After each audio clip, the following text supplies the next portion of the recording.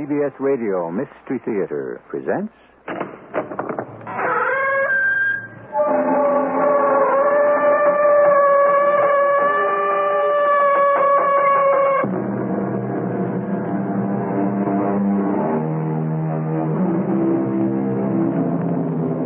Come in. Welcome. I'm E.G. Marshall. He who sleeps in eternal noise is awakened by silence. Silence. As we all know, silence can sometimes be the loudest sound there is. Certainly, it can be the most eloquent. We spend so much time and energy learning to speak, as if it requires neither effort nor wisdom to know when to keep still. I should like you to meet my husband, Lieutenant Everett Summerfield. Your husband? Of course. Everett, dear, this is Mr. Walter Owens. Who? Everett, Mr. Owens is also an artist. Mrs. Summerfield, who are you talking to? To my husband, of course. Can't you see? No. That's just the trouble. I can't. I don't. Mrs. Summerfield, there is no one here.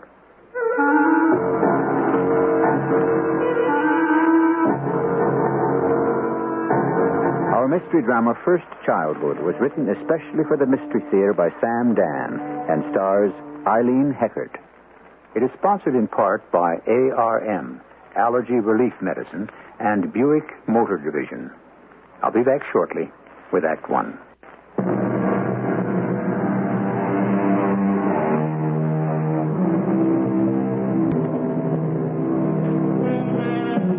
The years go by. We're aware of the breath in our mouths, the feeling in our bones, our image in the glass. Yes, we stumble through a universe of illusion, constantly threatened by quicksands of uncertainty and doubt.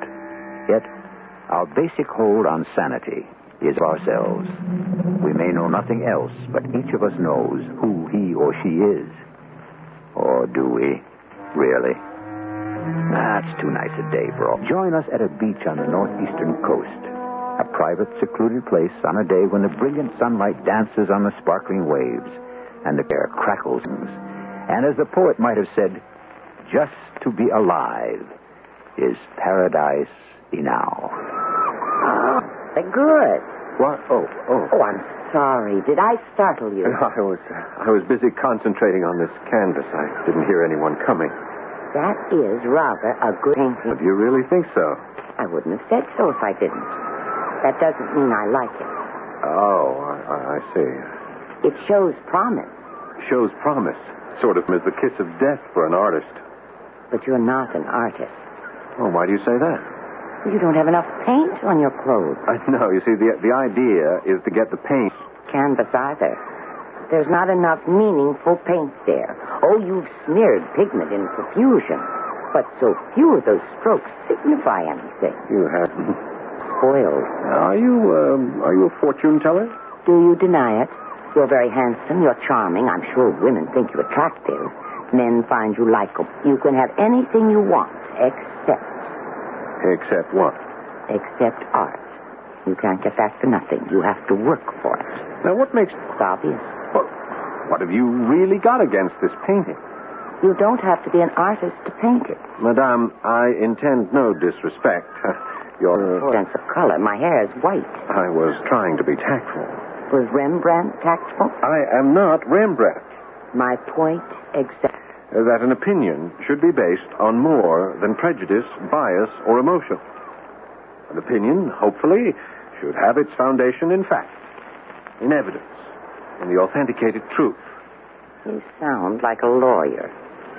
Well, it so happens that I am a lawyer. Well, then how can you be an artist? I'm a lawyer and an artist. I noticed you listed lawyer first. I'm both. Now, what business is it of yours? And what do you know about art, anyhow? And who asked you in the first place? Those are three questions. And the answers are none, nothing, and nobody. And now, sir, if you'll excuse me. No, Madame, it's you who must excuse me. I'm not myself.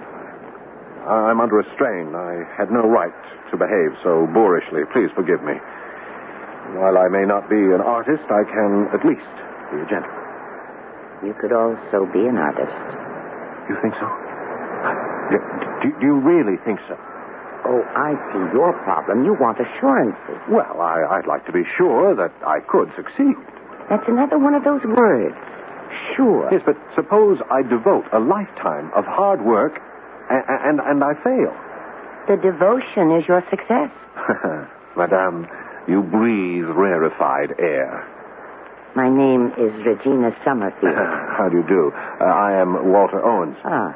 Thank you. Thank you for talking to me, for spending so much of your time with a complete stranger. But you're not a complete stranger, or even an incomplete stranger. Oh, have we met? Yes, I think we have. No, I don't think so. I mean, I say this because I'm sure I would never have forgotten. You're how old? 30? Yeah. We met, I think, before you were born. Oh, before I was born? Yes, I'm sure of it. Well, is that so strange? Yes, frankly. Why? Where do you think you were before you were born? Where do I think I was before? Inside you, there's an essence. Now, something that makes you Walter Owens. Wouldn't you agree? Well, on the face of it, I suppose I would agree. Now, I have to be careful with you, don't I? You have a way with words. Oh, nonsense. I'm just a little old lady, and you're a brilliant lawyer. Yes, we were talking about where I was before I was born. This unique essence that happens to be me, I think. I didn't say unique essence. There's nothing singular about it. Many people can have the identical sort of essence. I know a man who seemed to have the same essence as you do when he was younger. Oh, then I remind you of someone. Oh, yes. Who? Would you care to dine with us this evening? Well, I... Please do. It'll be such a treat for Everett. My husband doesn't go out much.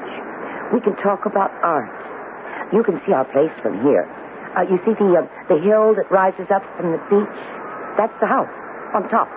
Oh. It's beautiful. Say you'll come. All right.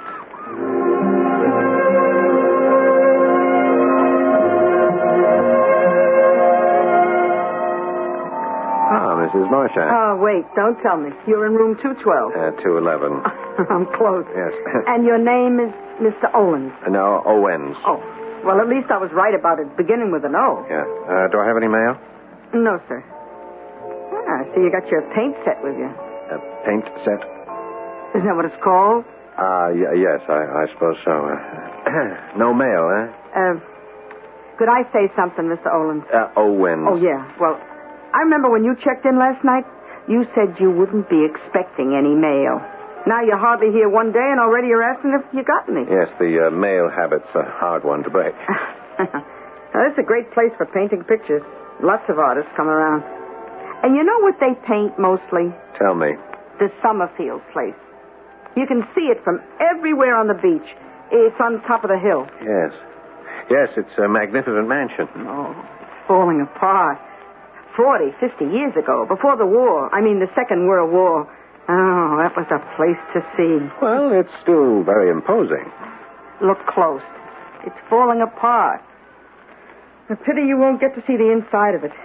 She won't let hardly anybody in there. But I will get to see the inside. Yeah? Yes, I'm invited there to dinner. You're what? Yes, I met Mrs. Summerfield about an hour ago out at the beach. She spoke to you? Yes, we had quite a talk.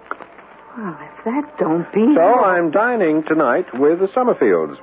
The, Summerfield? Yes, Mrs. Summerfield and her husband. I believe his name is, Everett. Yeah, well, What's the matter, Mrs. Marcia? Look, what you have to understand is that there is no Mr. Everett Summerfield. No, Mr... What are you saying? I'm saying that there isn't any Mr. Everett Summerfield. There isn't? No, sir, there isn't. And she simply won't accept that. Uh-huh. Oh, what happened? Well, you see, Everett Summerfield was in the Navy. He was a lieutenant on board the USS Arizona, which was at Pearl Harbor. Mm-hmm. The ship was blown up on December 7th and sank to the bottom. And he was killed? Yeah, he was killed. But you see, they never did find his body. I see. She pretends he's come back. She talks to him, just as if he's sitting there, and she cocks her head as if she's listening to him. I swear it is scary. Yeah, it's quite a place, but she's not going to be able to keep it much longer. Well, why do you say that? Well, because she's got a relative, some niece or something, that's trying to get the place away from her. On what grounds? On what grounds? Well, the woman's a nut. I mean, I like her personally, but she is a prime candidate for the nut house. Look, you're going there tonight. You'll see for yourself. I mean, the curtains on the windows are rags. The upholstery's all worn out on the furniture. The place needs paint all over. But she thinks... You know what she thinks? What? She thinks the place is in shape for the President of the United States to be entertained in. What you're intimating is she's crazy. Intimating? It's a fact. Mr. Owens, it's a hard, cold, cruel fact.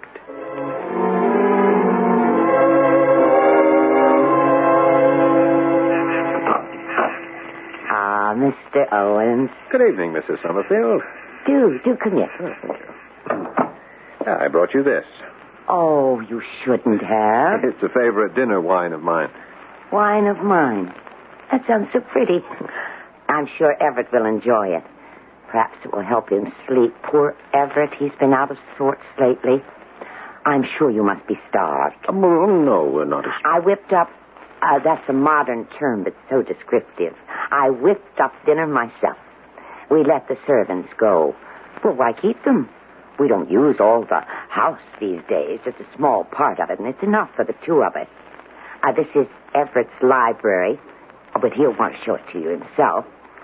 And this is a small room that we use as a combined sitting and dining salon.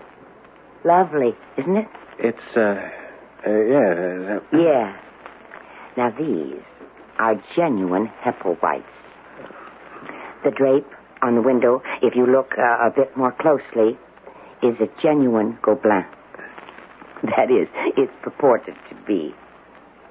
But this is Limoges china. I see. The tablecloth is a type of pure linen that doesn't seem to be made anymore. It was the exclusive secret of an old family in Ireland, which is now extinct, I understand. But you can see the fine weave, can't you? Oh, yes. Oh, yes, absolutely. And this cup is quite small, you see. Oh, so exquisite. It's a Cellini. Oh, beautiful. Please, forgive me. For what? Oh, I babble on and on about all these lovely things. It suddenly seems to me I must sound like a Philistine. Don't you think so? No, not at all. Why do you say that? Just listen how I emphasize this is a genuine that. Cellini, Gobelin, Limoges. I'm trying to impress you with names. That doesn't seem that way. Oh, and how rare and expensive those things are. Well, it's true. They do happen to be. But I shouldn't brag about it. I can't help it. I was very poor. I never knew my mother. My father was the town drunk. Oh. Lovable man, but he had the sickness. He couldn't support himself, let alone me. And so I ate the bread of charity all during my childhood. It's a bitter, hard loaf. I never had a new dress or doll or toy. I was determined I would have money. When I was old enough to work, I was a maid to some wealthy summer people. They were big bankers and brokers from Wall Street. When I entered a room, they didn't stop talking. I mean, they never even noticed me. Well, why should they? Do you know how I became rich? Can you guess? No. By listening to their conversation. What do you want to do about Consolidated Engines, Jim? Why don't we buy Northmont Steel? She'll surely go up 10 points. And so on. And I bought too. I put my pennies together. I bought what they did, sold when they did, and soon I had money. A great deal of money. Oh, excuse me. We'll talk about it later. Here's Everett now. Everett? Good evening, Everett, darling. We have a guest for dinner, Mr. Walter Owens. I don't know. I didn't ask him. Are you Mr. Owens? Am I what? Are you from New York? Oh, no. Philadelphia. Everett, Why do you think everybody's from New York? Well, shall we all be seated? No, I'll carve the roast, Everett. You're always complaining about the knife. Yes, dear. Mr. Owens, in order to maintain domestic tranquility, will you do the honors and carve? Yes. Yes, I suppose so.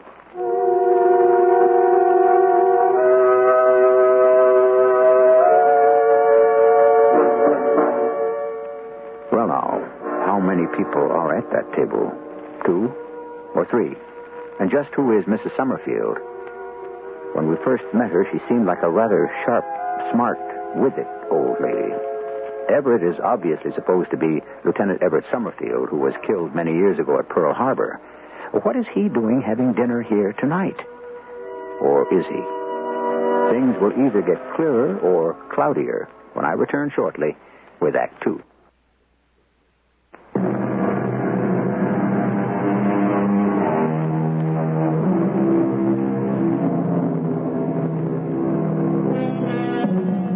Home is the sailor. Home from the sea, said the poet. But some sailors can never come home again. They lie buried forever under a watery grave of warm green or cold blue. Lieutenant Everett Summerfield went down with his ship at Pearl Harbor on that terrible day. But not according to his wife, who is now having dinner with him many years later. I hope you enjoyed your dinner, Mr. Owens. Oh, yes. Excellent. Some more coffee? No, thank you. This is fine, just fine. Everett. Oh, my goodness, look at him and listen to him. He's fast asleep. Honestly, Mr. Owens, that man can go off just anywhere. Or was it your wine?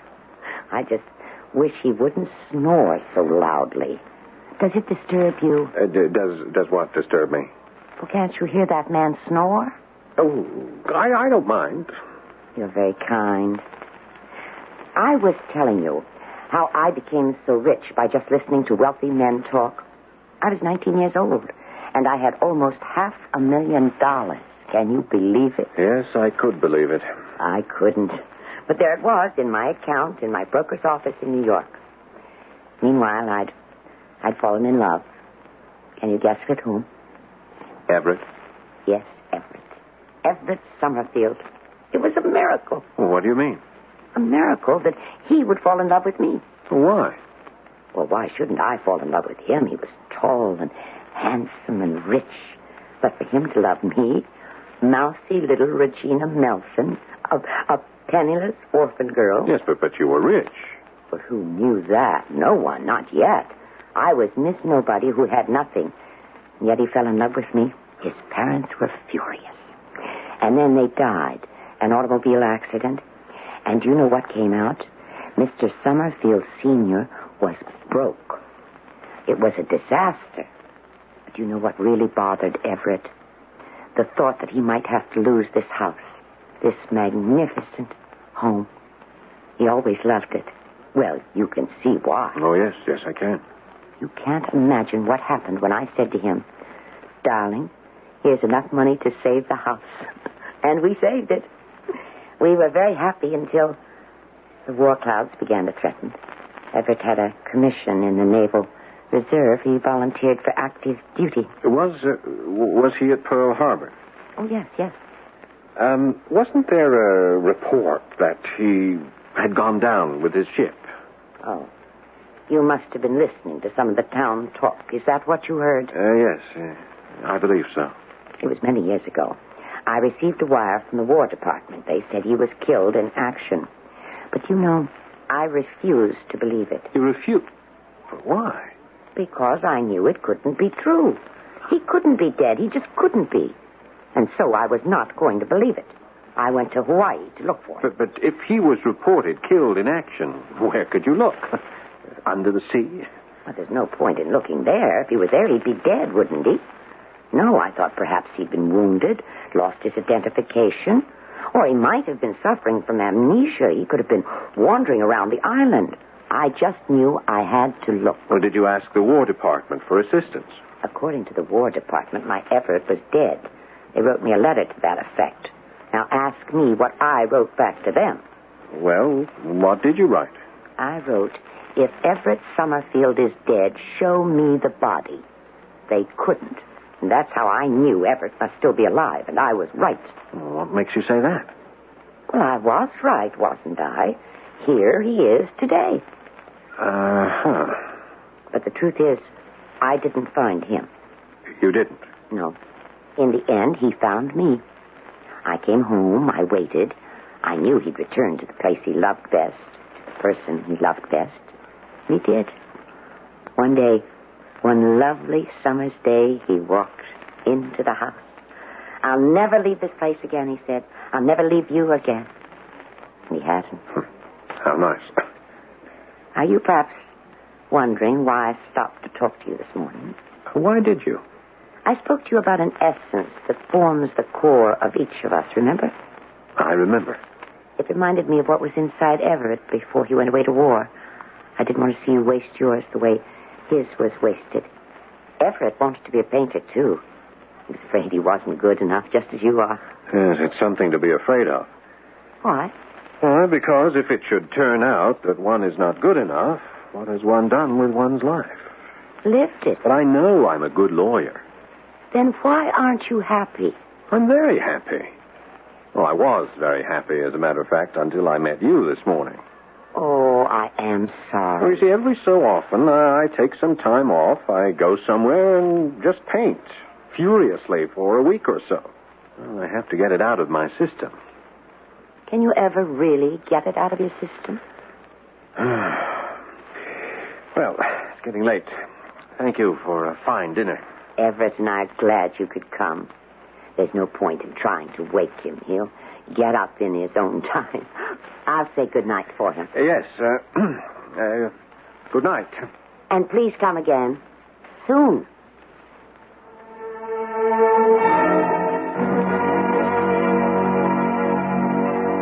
Well, hello there, Mr. Owen. Good evening, Mrs. Marshak. I'd rather you called me Dell. I can't get used to this Mrs. Marshak. I only been married to him a week. Yes, were there any calls for me? Now, look, you said you weren't expecting any mail or calls or anything. Yes, well, actually, I'm not. How was dinner at the castle? Oh, quite an experience. Does she still have any furniture left? You know, it's very sad. Hmm? She thinks she's surrounded by priceless antiques and works of art. It's pitiful. And yet she's such a bright lady. It's love. She just could never get over him. It must be terrible to be in love like that. I could never be. Never. Well, that'll come to an end maybe by next week. Well, why next week? Well, I was telling you about this niece. There's going to be a hearing in court. A hearing? When? I guess day after tomorrow. Judge Sterling is in town. He's staying here at the motel. Judge Donald F. Sterling? Yeah, that's the one. He comes from around here. Do you know him? Well, where is he? Well, I saw him go into dinner. He should still be in the dining room.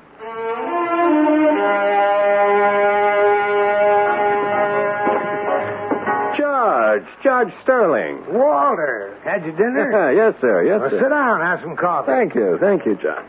What are you doing up here? Oh, just a little vacation. Oh, here young lawyers get all the breaks. I'm working. This place is part of my circuit. I've got what I call a COL. Oh, what's that? Oh, it's my own private code for a crazy old lady. Oh. Well, I shouldn't say that. It's just that I hate these things. You get some greedy, shifty-eyed relative who wants the old gal put away for her own good, naturally. Naturally. And the truth is, the old gal would be better off being taken care of, but it's a messy situation. Well, anyhow, since I'll have to adjudicate this case, I'd better not discuss it. Yes, sir. The vultures have circled and landed. What's that, sir? That table near the window. Yes. That young lady, or should I say woman, that's the cousin, somewhat distant cousin, but the only surviving legal relative of the late Everett Summerfield. The late... Yes. That's what this thing's all about. And her estimable attorney, Mr. Leroy Pillow. Unappetizing duo. But they may have the evidence on their side. Oh, what evidence? Enough to show that Regina should be committed. You call her Regina. It sounds as if you know her. Yeah, I've known her all my life. Well, first part of my life, anyhow. A little orphan girl. A work-worn little drudge before she was fairly into her teens. Her face and hands were always dirty. Heaven forgive us, we all made fun of her. All of us, little rich kids. Judge, you say there's to be a hearing. Yes, the day after tomorrow. Does Mrs. Summerfield have a lawyer? There's no one of record as yet. I suppose the court will have to appoint one. Do you suppose the court could appoint me? I would like to represent Mrs. Summerfield. You know what that means? Yes. Yes, it means that I've taken on a very difficult case.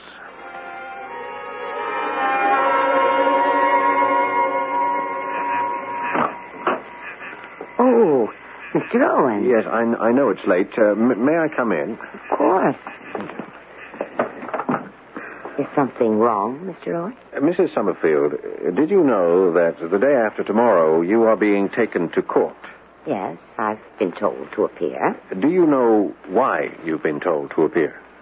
I suppose it's that Marston woman. Yes, well, that Marston woman, as you call her, is out to have you committed to a mental institution. On what grounds? On the grounds that your faculties are impaired. In other words, I'm crazy. Well, I was only trying to say it nicely. Mrs. Summerfield, please, let me explain. A pity you just missed Everett. He was quite taken with you. He went upstairs to bed. Mrs. Summerfield, we must talk about Everett. Oh, I'm delighted. I love to talk about Everett. Well, first, let me tell you, as your attorney... Oh, are you my attorney? Yeah, I was just appointed by the court. Marvelous. Now I need have no further worries. Not that I ever had any.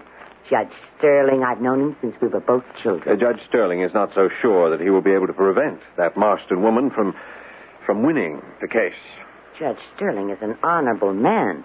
He would never permit justice to be mocked in his courtroom. He may have no choice on the basis of the evidence. What evidence? Well, Yes, Mr. Owen. This insistence of yours that Everett is in the house. I mean, you see, that will be quite enough, Mr. Owens. I see I have misjudged you. Mrs. Summerfield... Are you telling me that Everett is not in the house? As your lawyer, I can If only... that is your attitude, you can no longer be my lawyer. Please, Mrs. Summerfield... I must ask you to leave.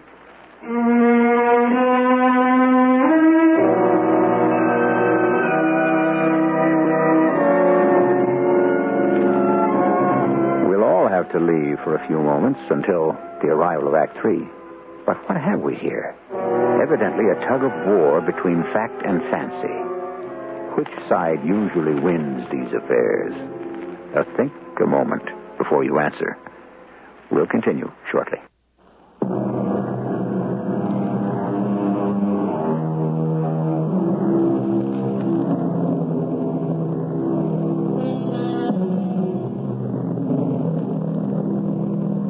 Cogito ergo sum.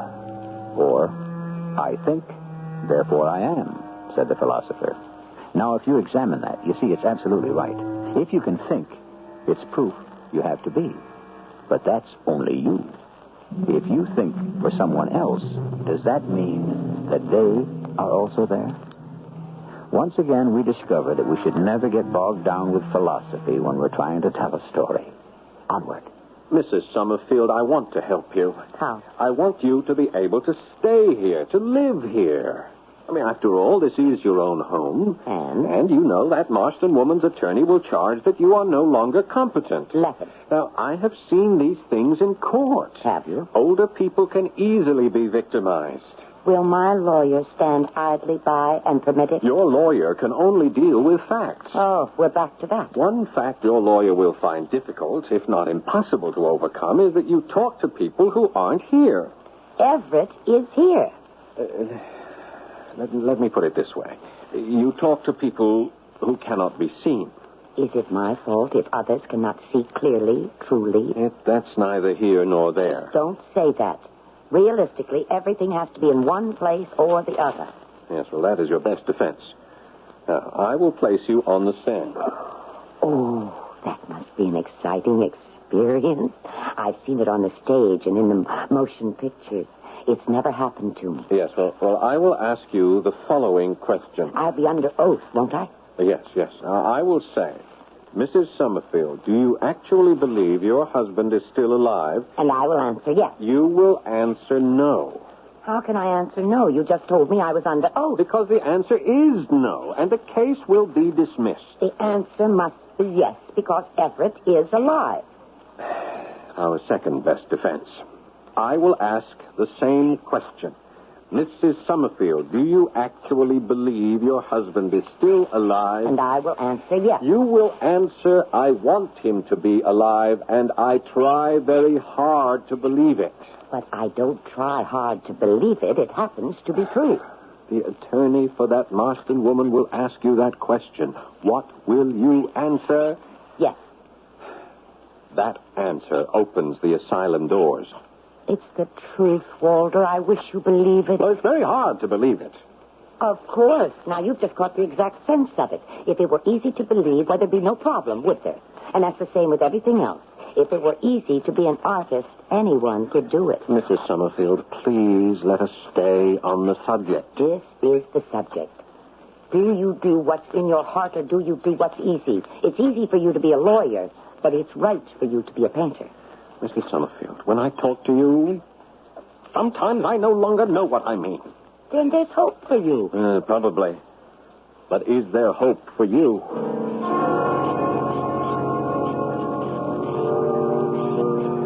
Evening, Mrs. Marshak. I'd rather you called me Belle. Good night, Belle. See you in the morning. Aren't you going to ask me your usual question? What usual question? Any mail? Any messages? Well, I never have any. Well, you do tonight. A message from a Mr. Pillow. He's the lawyer you're going to be up against in court. Well, how do you know I'm going to be in court? I know everything. He'd like to see you in the lounge.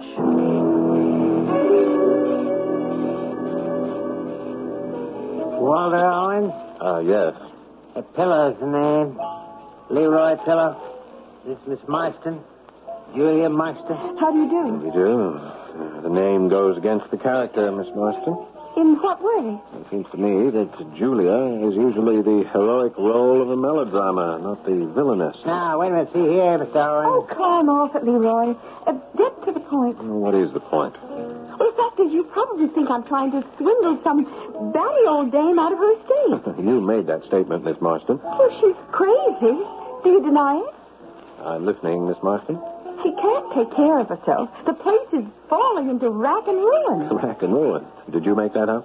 It can be saved. It could make a fantastic resort hotel. Yes, think of what a boon it would be to the economy of this town. So, tell him your proposition, Leroy. Mr. Owens, why can't we settle this out of court? Settle what? The problem. Well, I'm not aware of a problem. Can't you convince your client that it's in her best interest? No, I'm afraid not. Look, I'm not trying to swindle her out of the property. You're not. But it'll still be hers. In name, at least. And she'll be away in a nice place with nice little old ladies just like herself. And she can dig in a nice little garden. What a lovely prospect. Owens, I'm trying to help you out. Are you? Why lose a case when you don't have to? Who says I have to?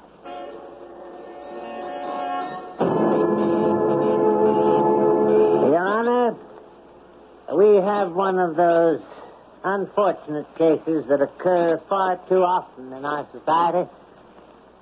A human being reaches an age where she can no longer function fully. Objection, Your Honor. Mrs. Summerfield's ability to function is what is at issue here. Sustained. Counselor, you've been quite a while with your introduction. Now, may we get on with it? How are we doing? Badly. Have faith. Yes, I might as well. I don't have anything else.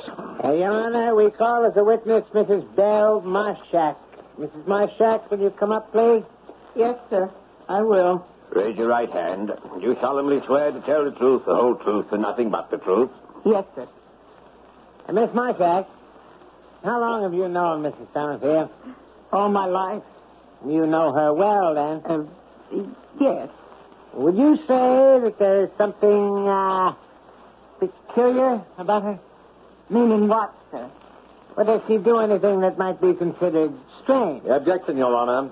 If each of us were permitted to define strange, and that were to be used as a legal guideline, who would be kept out of the asylum? Well, that'll make his point, Mr. Owens, and then I'll rule on it. Thank you, Your Honor.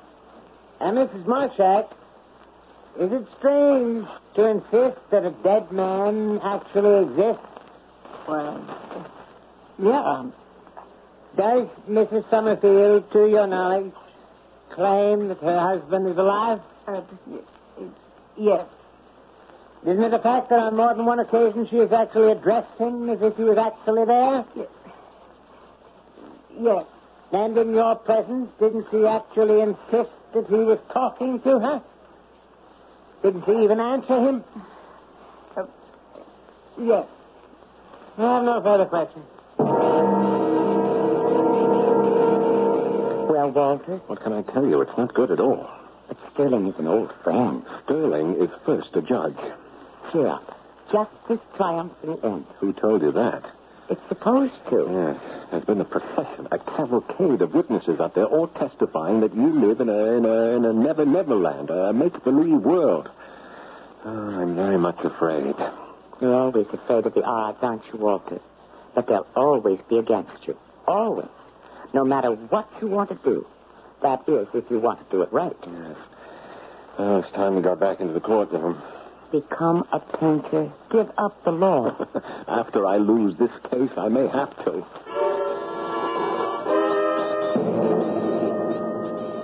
In essence, Miss Marston, why have you brought this action? Because I'm trying to salvage something. Mr. Summerfield is no longer able to maintain the house. As everyone has testified, it's going to rack and ruin. I would like to set the place to rights. And have you discussed it with Mrs. Summerfield? Well, how can you talk to her? She lives in another world. Everybody knows that. She even thinks her husband is alive. Objection, Your Honor.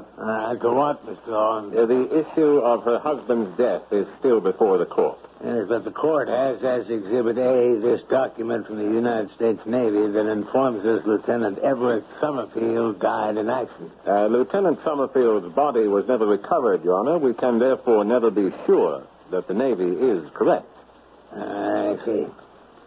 Is this to be your line of argument? Well, it's one line of argument. Yes, well, I'll weigh it with the rest.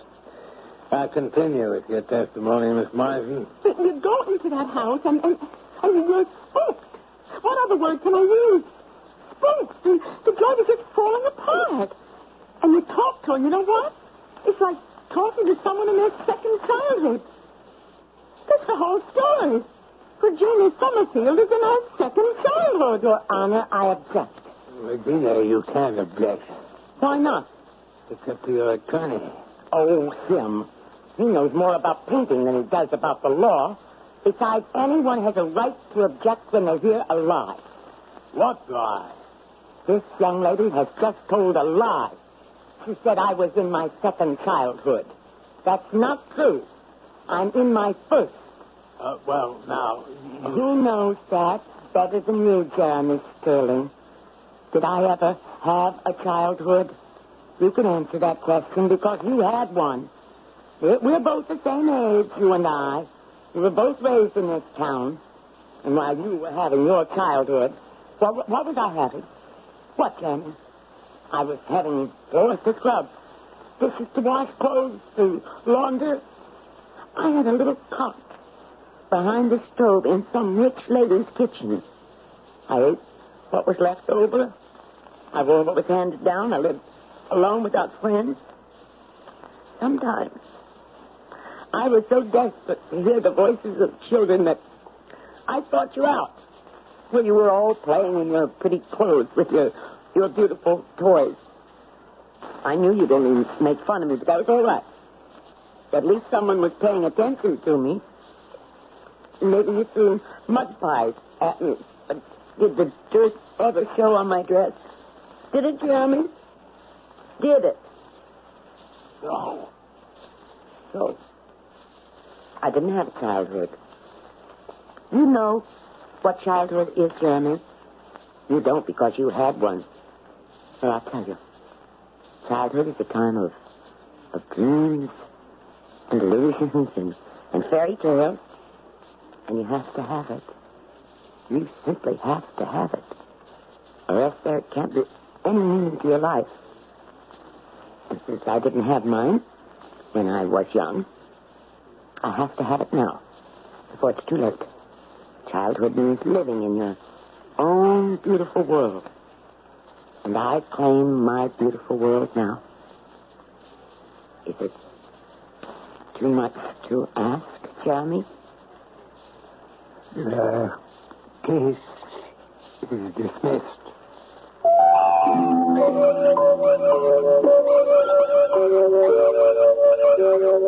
The beautiful world of childhood, the world of innocence, the world of infinite possibility and unlimited promise. So the things we dreamed would one day happen. The adventures we would know, the people we would become. It's too bad most of those dreams never come true. Or do they? I shall return shortly.